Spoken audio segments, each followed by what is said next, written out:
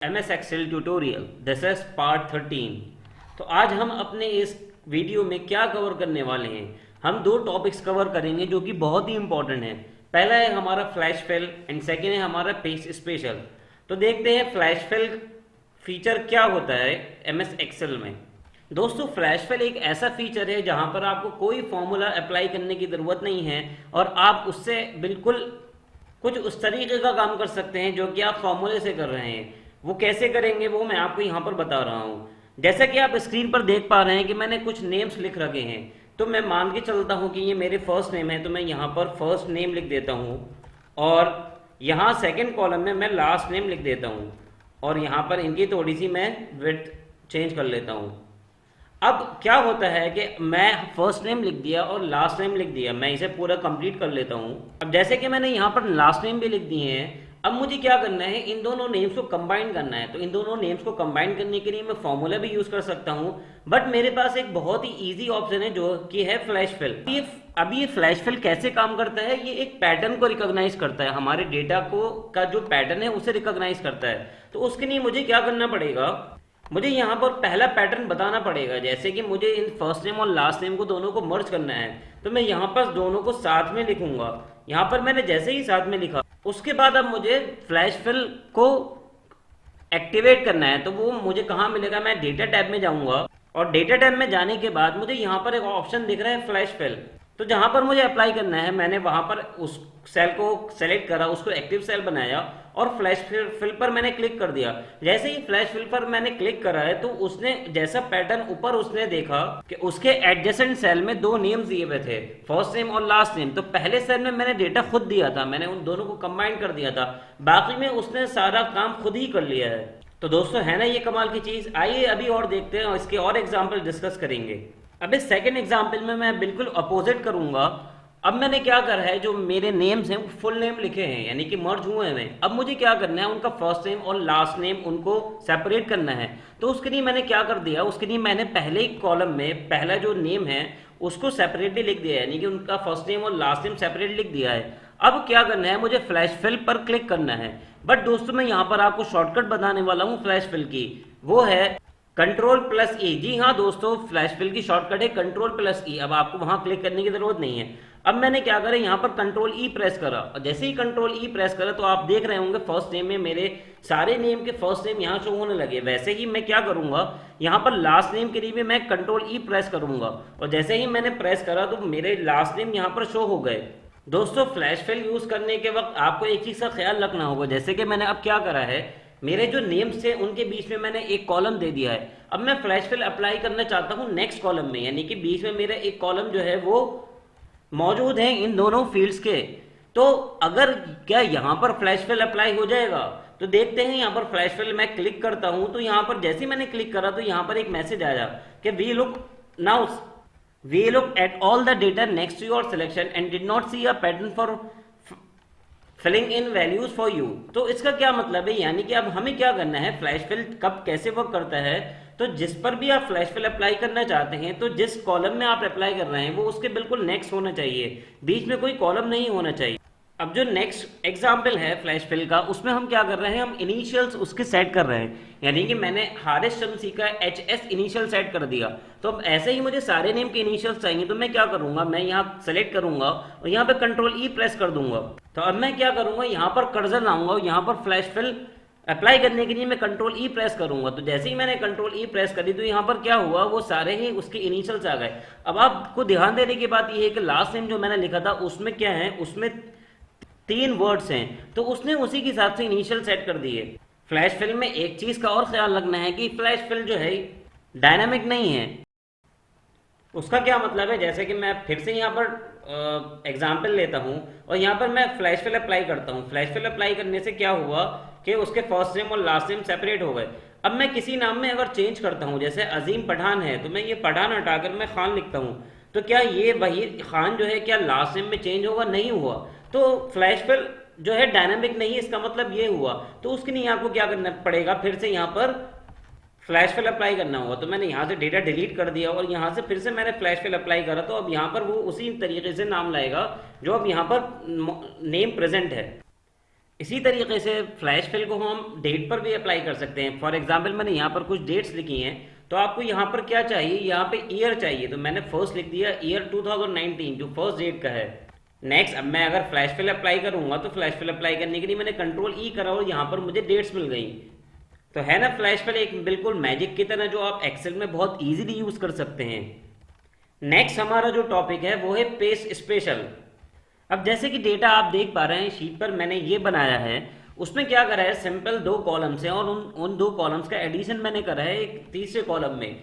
तो अब अगर मैं क्या करता हूं, जैसे इस कॉलम में मेरा फॉर्मूला लगा है तो मैं इसको सेलेक्ट करता हूं, सेलेक्ट करने के बाद मैं इसको पेस्ट करता हूं। अब जैसे ही मैं पेस्ट करूंगा तो आप जरा गौर करें तो उसमें क्या वैल्यूज आई हैं। आप फॉर्मूला बार पर देखेंगे तो यहाँ पर क्या हुआ, यहाँ पर फॉर्मूला पेस्ट हुआ, यानी कि यहाँ पर जो D4 में जो मेरा फॉर्मूला था वो था B4 और C4, यानी कि ऐसी रिलेशनशिप थी कि जो मेरे बराबर वाला कॉलम है और उसके बराबर वाला कॉलम उन दोनों की वैल्यूज ऐड कर रहा था। तो जब यहाँ पर हमने पेस्ट करा तो उसने बिल्कुल वही रिलेशनशिप ली, यानी कि G4 मैंने कॉपी करा तो वो कह रहा है E4 और F4 में का एडिशन कर दे। अब अगर आपको जरूरत पड़ती है कि आपको सिर्फ ये वाली वैल्यूज चाहिए थी, आपको फॉर्मूला कहीं अप्लाई नहीं करना था, तो उसके लिए अब आप पेस्ट नहीं करेंगे, सिंपल पेस्ट नहीं करेंगे, अब आप यूज करेंगे पेस्ट स्पेशल। तो कैसे यूज करेंगे आइए देखते हैं।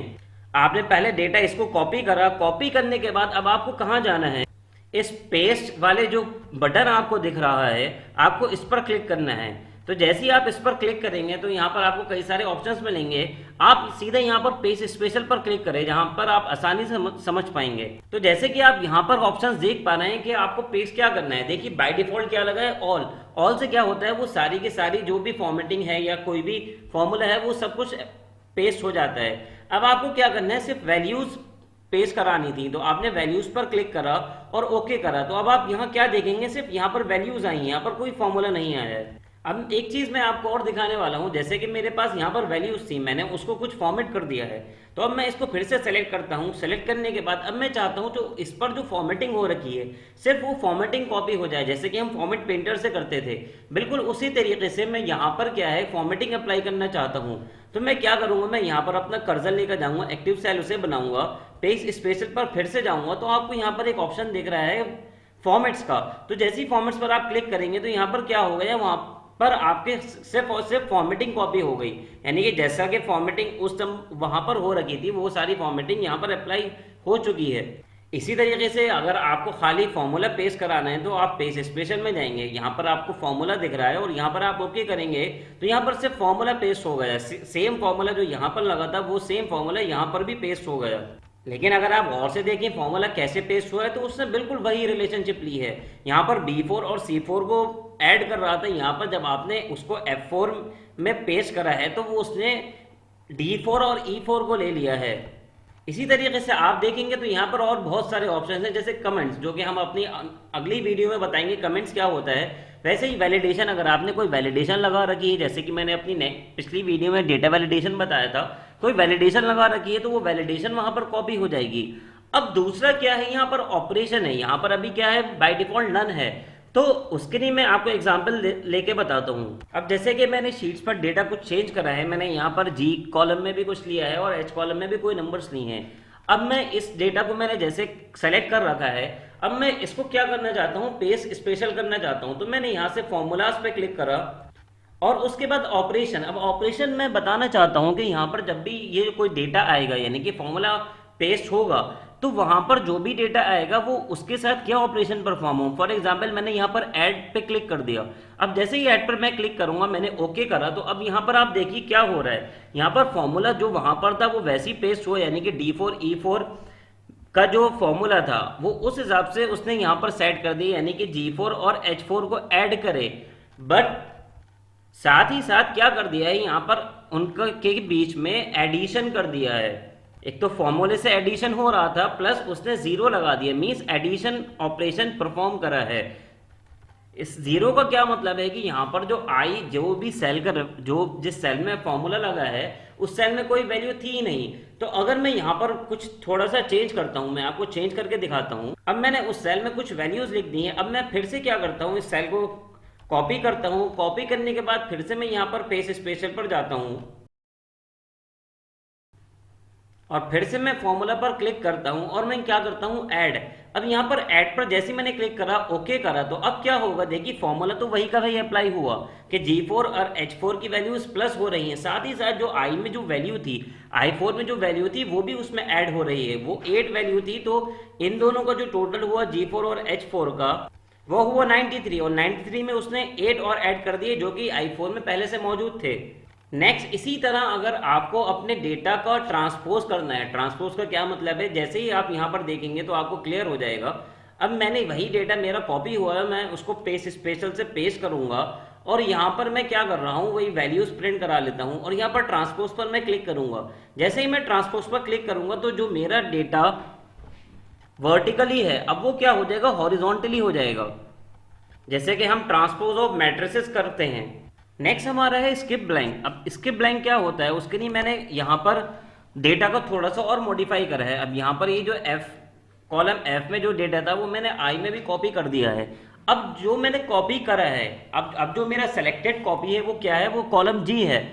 अब ये डेटा मैं कॉपी करना चाहता हूँ जो मेरा F4 से लेके F10 तक जो डेटा है। अब मैं यहाँ पर स्किप ब्लैंक का क्या है कि यहाँ पर जो जो मेरा डेटा कॉपी है जी कॉलम में, अब जहां जहां भी वो ब्लैंक है वहां वहां कुछ नहीं होगा। अब जैसे मैं यहाँ वैल्यूज पर क्लिक करता हूं, अब मैं यहाँ पर ओके करता हूं, तो अब आप देखेंगे कि क्या हुआ कि यहाँ पर जो 26 था वो तो कॉपी हो गया, लेकिन जो ब्लैंक था वो ब्लैंक की जगह यहाँ पर कुछ कॉपी नहीं हुआ। अब उसको मैं आपको आसानी से समझाता हूँ। अगर ये मेरा डेटा है, मैं इसको सिंपल पेस्ट करता हूँ, मैं यहाँ पर सिंपल पेस्ट कर रहा हूँ कंट्रोल वी से।